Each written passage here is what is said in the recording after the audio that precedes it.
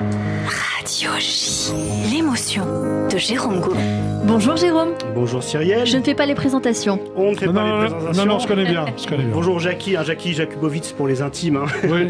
C'est le moment de la chronique émotion. On va parler d'artistes ou d'œuvres que vous aimez. Et on commence en musique avec l'un de vos chanteurs préférés. Cette chanson, elle est signée Serge Gainsbourg, un artiste que vous connaissez bien pour avoir été son attaché de presse. Et cette chanson, c'est Par hasard et par hasard. C'est pas forcément sa plus connue, donc on écoute un extrait. Par hasard et par hasard, je rapplique chez elle et sur qui je tombe comme par hasard, un para. Le genre de mec qui les tombe toutes. Alors cette chanson, ce n'est pas la plus connue de Serge Gainsbourg. Par hasard et par hasard, une expression que vous employez souvent, Jackie, quand on vous demande comment vous êtes arrivé dans ce métier.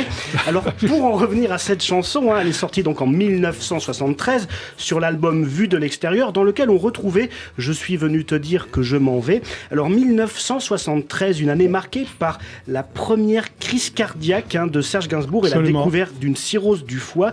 Des alertes qui auraient pu mettre un coup de frein aux excès et à la carrière de Gainsbourg. Eh bien en fait ça a été tout le contraire. Serge Gainsbourg a en effet transformé cette crise cardiaque en coup promotionnel. Depuis son lit d'hôpital, le chanteur a en effet déclaré à la presse qu'il allait réagir en augmentant sa consommation d'alcool et de cigarettes. Alors au final cette réaction n'a pas été si surprenante puisque Serge Gainsbourg ayant dès le début de sa vie endossé le costume de survivant. On rappelle en effet qu'en 1928, alors que la mère de Gainsbourg était enceinte de lui et de sa sœur jumelle, elle avait voulu avorter mais elle n'avait pas réussi. Et puis dès 1940, Serge Gainsbourg avait dû porter l'étoile jaune qu'il qualifia plus tard d'étoile de shérif par dérision. Autre épisode terrible qu'a vécu Serge Gainsbourg et dont on parle peu. Durant cette période, sa famille s'était renommée Guimbard pour fuir les nazis. Le petit Lucien, son vrai prénom, avait été placé par ses parents dans un collège public dans lequel il était pensionnaire, le tout sous une fausse identité. Et un soir, la Gestapo a fait une descente dans l'établissement pour vérifier qu'aucun enfant juif ne s'y cachait. Le responsable du pensionnat envoya alors Serge Gainsbourg se cacher dans la forêt où il passa une nuit entière, la peur d'être pris et la peur d'être tué. Un épisode de sa vie qui fait qu'il vivra par la suite avec le sentiment d'être un rescapé. Serge Gainsbourg a fait beaucoup parler, notamment à la fin de sa carrière, pour ses excès et son personnage de Gainsbar. Gainsbar qui renvoie étrangement au nom Guimbard que sa famille avait dû prendre pour fuir les nazis. Bref, quand on a un tel vécu, forcément, ça laisse des traces. Et ça peut aussi expliquer l'incroyable sensibilité de cet immense artiste, disparu il y a 32 ans déjà. Et que vous connaissez bien forcément, Jackie. Est-ce que vous avez des souvenirs, vous, de Gainsbourg à nous partager ? Oui, je me suis occupé de lui pendant 8 ans. Oui, j'ai beaucoup de souvenirs avec Serge. Partager. À vous partager, oui, bien sûr. Je me suis toute ma vie, il s'était acheté une Rolls-Royce. Il n'avait pas le permis. Il avait acheté la même que John Lennon, qui était psychédélique. Et un jour, il m'a dit, viens, je vais te montrer ma Rolls. Bon, j'ai dit oui, si tu veux. Je me souviens, c'était vers Neuilly. Il ouvre la porte de son garage, il me dit, voilà, mais moi, je ne sais pas la conduire, donc tu vas la conduire. Mais j'étais tétanisé. J'ai dit, Serge, j'ai mon permis, mais je ne vais pas te...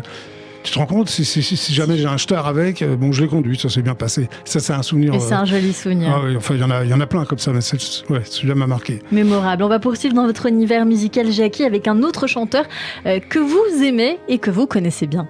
Oui, une autre chanson dans votre playlist, Jackie, c'est Osez Joséphine, de feu Alain Bachung, artiste pour lequel vous avez également travaillé. Alors, Osez Joséphine, une chanson sortie en 1991 sur l'album éponyme et qui est née suite à la chute du mur de Berlin. Je m'explique.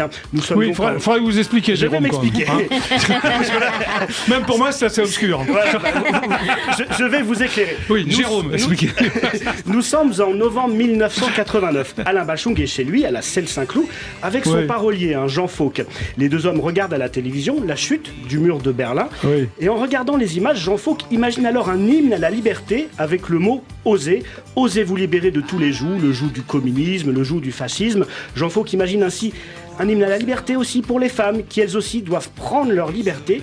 Et puis, c'est là qu'intervient Alain Bachung, qui rajoute le prénom Joséphine.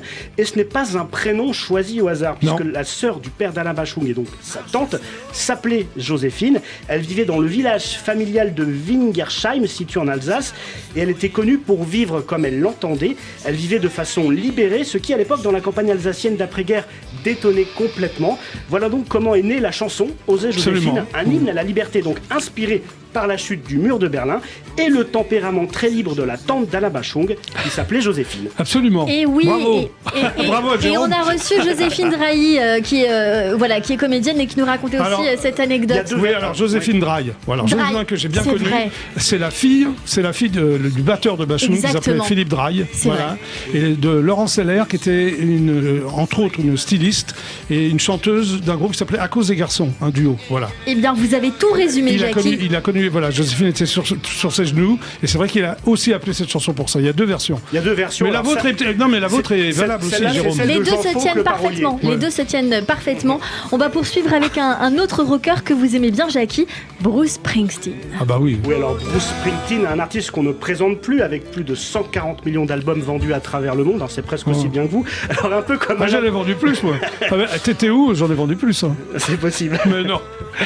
Alors un peu comme Alain Bachung avec la chanson Joséphine, c'est en regardant la télévision que le destin de Bruce Springsteen a basculé.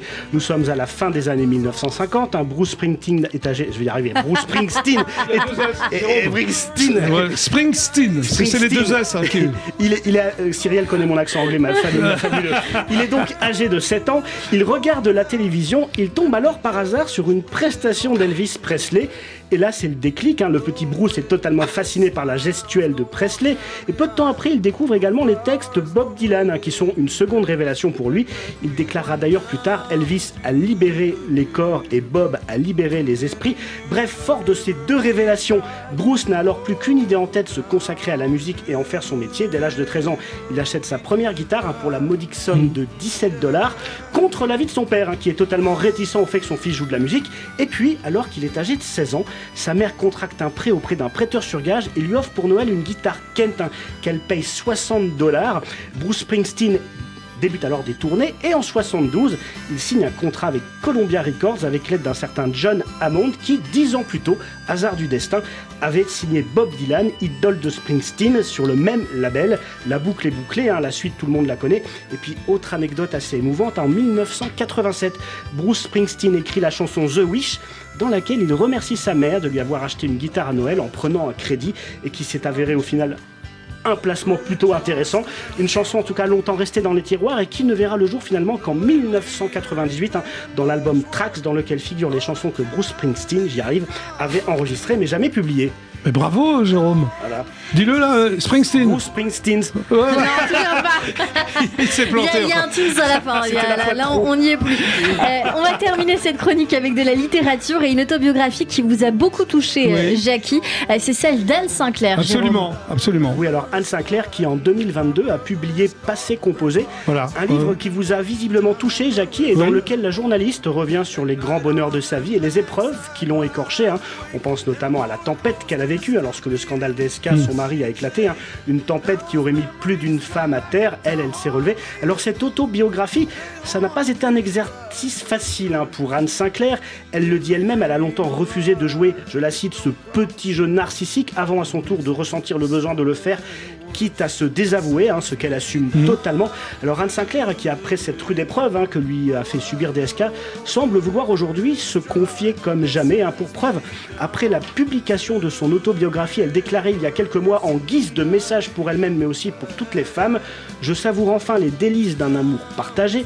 La vie sourit même après 70 ans. C'en est fini de la société qui nous intimerait d'être jeunes, minces et blondes. » Elle ajoute: « C'est dans les médias que ce vieux monde perdure. À plus de 70 ans, même si l'on a toujours refusé les mirages du botox ou de la chirurgie esthétique, on a encore la vie devant soi et 1000 bonheurs. » Une belle leçon de vie dont vous êtes, mon cher Jackie, une parfaite illustration. Et pour terminer, j'ai envie de demander, c'est vrai que ça peut surprendre, qu'est-ce qui vous a touché dans cette autobiographie d'Anne Sinclair? Vous la connaissez?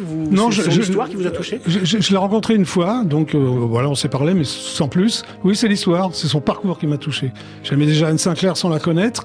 Et quand j'ai lu ses biographies, j'étais... Oui, ça m'a touché. Voilà. Et c'est vrai que c'est très touchant, et de voir qu'Anne Sinclair a refait sa vie avec un homme très bien comme Pierre Nora, eh bien, ça fait plaisir de voir que chaque parcours peut trouver une fin heureuse. Merci beaucoup, Jérôme Goulon. Tout de suite, c'est le coup de fourchette de Mickaël Koskas qui vous croque sur Radio J.